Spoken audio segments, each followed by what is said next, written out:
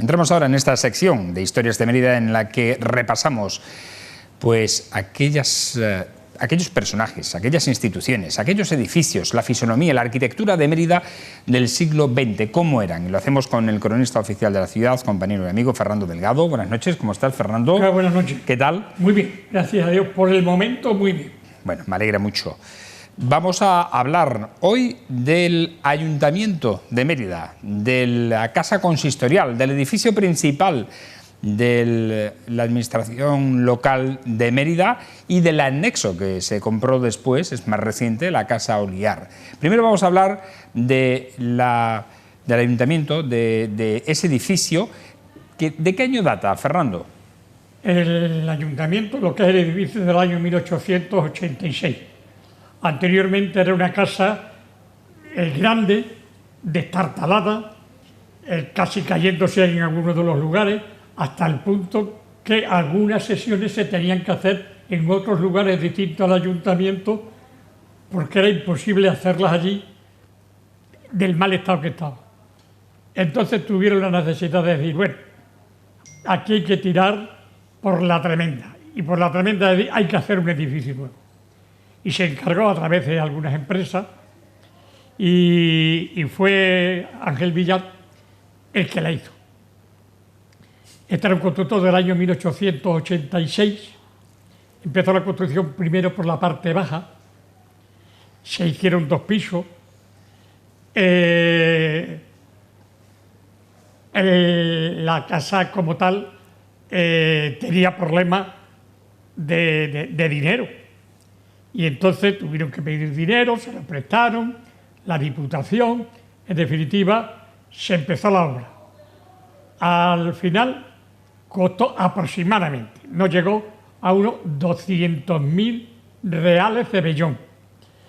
La verdad es que los reales de Bellón es difícil traducirlo en pesetas, en euros, porque en los reales de Bellón, que fue de la época de José I, el hermano de Napoleón Bonaparte, pero se constituyó como tal más en la época de Fernando VII y de Isabel II. Los reales de Bellón hay que dividirlos en maravedíes. Resulta que los maravedíes los hay de plata y de cobre, y después los medios maravedíes. En definitiva, haciendo cálculo entre unos y otros, hemos conseguido que aproximadamente el ayuntamiento costó en el año 1886 unas 50.000 pesetas. De la época. Del año 1886. Que era un dineral, ¿eh?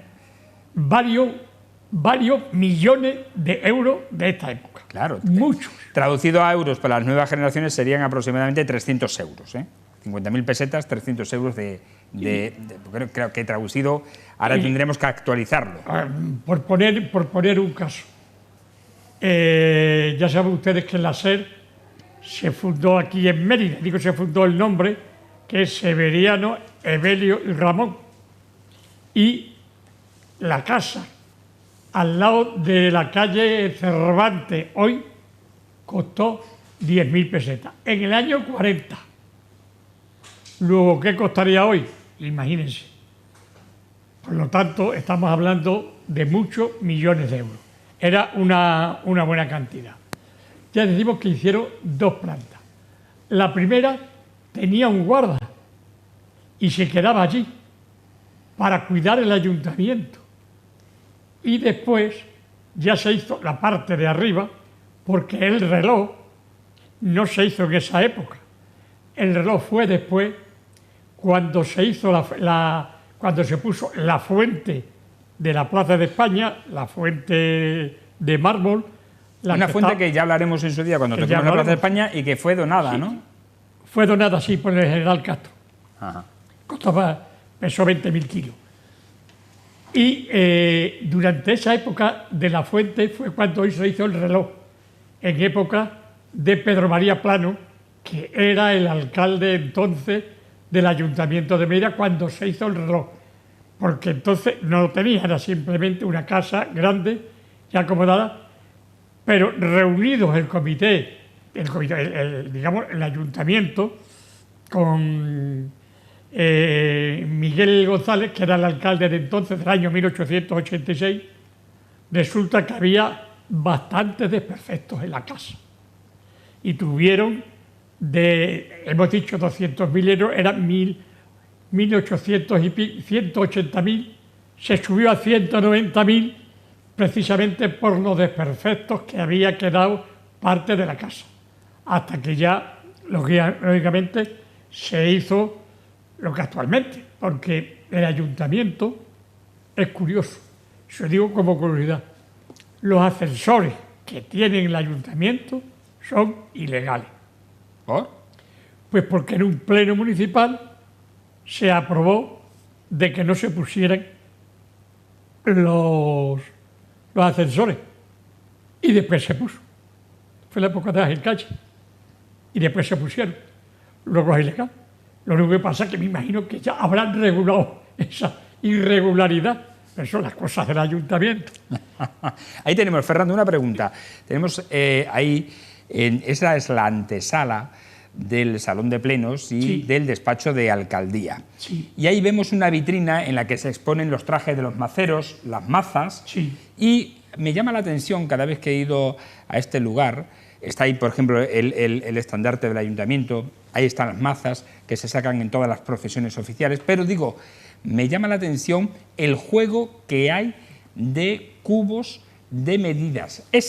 El Sí, decalitro, sí. ¿lo ves? Ese juego de cubos de medida. ¿Tú sabes para qué se utilizaba eso en el ayuntamiento? Sí, en el ayuntamiento. Es que tienes que tener en cuenta que el ayuntamiento también compraba algunas cosas y todo eso significaba, porque es que la Plaza de España no es la Plaza de España actual. La Plaza de España, cuando el ayuntamiento se hacían las fiestas allí. Entonces no se llamaba Plaza de España, se llamaba Plaza Mayor. Después, en el año 1937, se empezó a llamar Plaza de la Constitución. Y cuando acabó la Guerra Civil, Volvía a ser Plaza Plaza de España. Ya Plaza España. Y entonces allí la gente utilizaba esas medidas porque es donde se hacía el comercio en la plaza, diariamente. Y esa era la medida oficial. Y esa era la medida oficial. De ahí que estuvieran ahí como símbolo de que en la Plaza de España era el lugar diario de compra y venta de cualquier clase de producto. Digamos que allí estaba el mercado, ¿no? El mercado en la Plaza de España. Después ya, cuando viene ya, digamos, la democracia, Antonio Vélez, que hizo una labor en el ayuntamiento impresionante. Como siempre está aquí conmigo, pues ahora me puedo permitir el lujo de decirlo. Fue el que compró la casa de Alberto Oliar, que ya prácticamente estaba vendida. Pero como Vélez son de los que... Es esa que estamos viendo en las imágenes, sí. Sí, empezó a hablar con uno y con otro, y con uno que ya prácticamente la tenía comprado, que era Pelayo Moreno.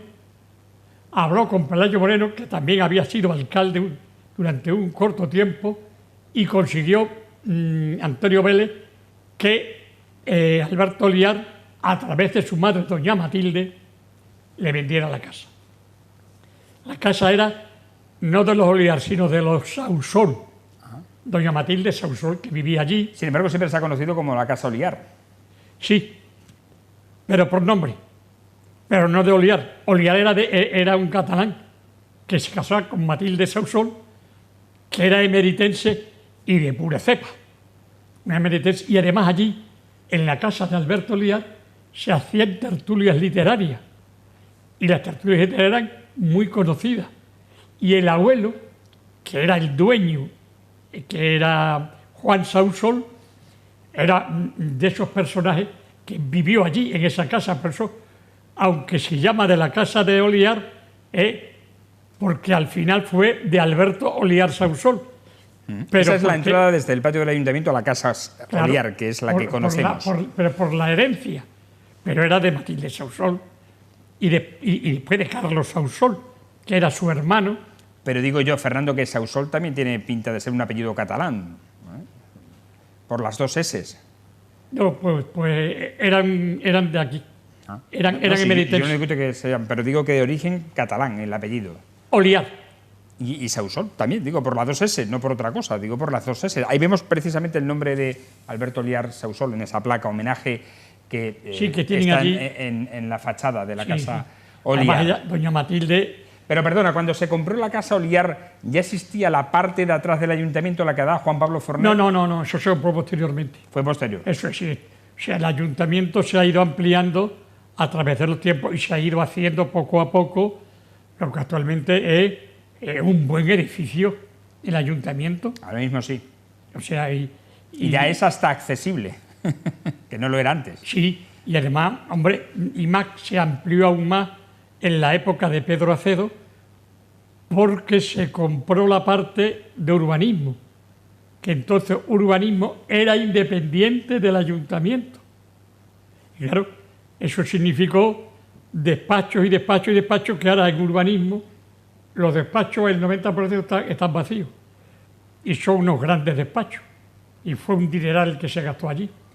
Hoy día el Ayuntamiento de Mérida, que está en los soportales, porque en la Plaza de España tenía 3 soportales: el del Ayuntamiento, el de los chinos y el de la parte baja. Son los 3, porque en la parte derecha estaba el Palacio de los Mendoza, que hoy día es un hotel, y después al lado el Palacio del Duque de la Roca, Que fue el que se unió que fue para el hotel. el actual Colegio Trajano. Sí.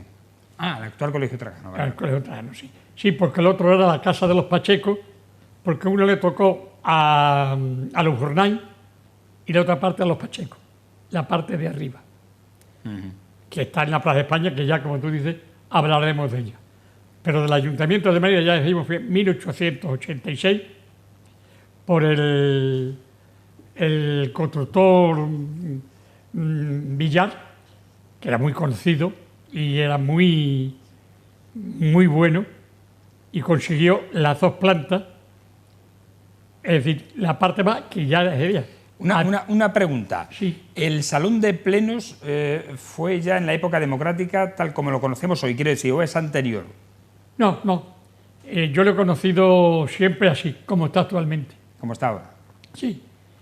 Lo que pasa es que ahí, en el plano del ayuntamiento, en el salón de actos, está un cuadro que es muy bueno, una pintura.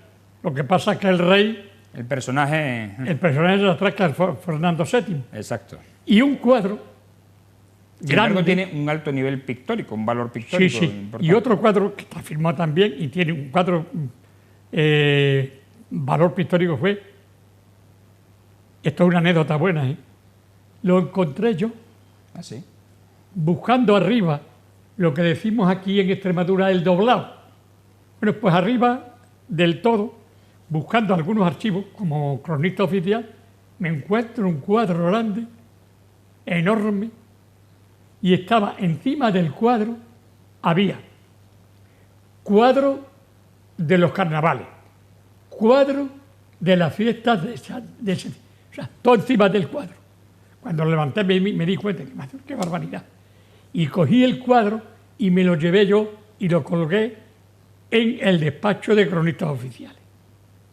Y después ya, cuando todo el mundo entraba y lo veía, entre ellos muchos cronistas oficiales que vinieron a verlo, pues se entusiasmaron con el cuadro. Lo salvé yo. ¿Y qué cuadro es? El cuadro de Alfonso XII, Alfonso XIII. Ah, el de Alfonso El de XIII. Alfonso XIII, que enorme es.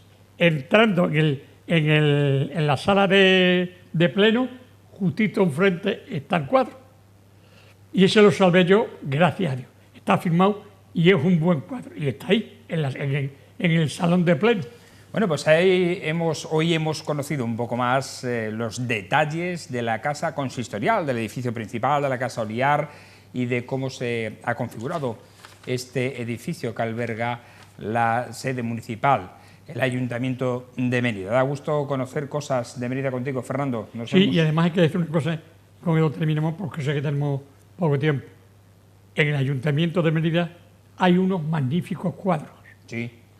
y algunas magníficas esculturas, entre ellas de Juan de Ávalos. Supongo que en el futuro museo este de la ciudad, que se va a instalar o se va a hacer el Museo Calatrava, se expondrán allí, digo yo. Pues caben cosas allí en ese museo porque está un museo de mineralogía de Vicente Sosbaina, un museo de piedras prehistóricas que hay más de 200.000 piedras. 200.000. Se cogerán las más adecuadas. Y hay otros muchos más de museos, de Juan de Ávalos y algunas cosas más. Pero bueno, esto lo quedaremos para otro momento. Efectivamente. Gracias, Fernando. Nosotros continuamos aquí en La Picota. Cerramos aquí este nuevo capítulo de Historias de Mérida.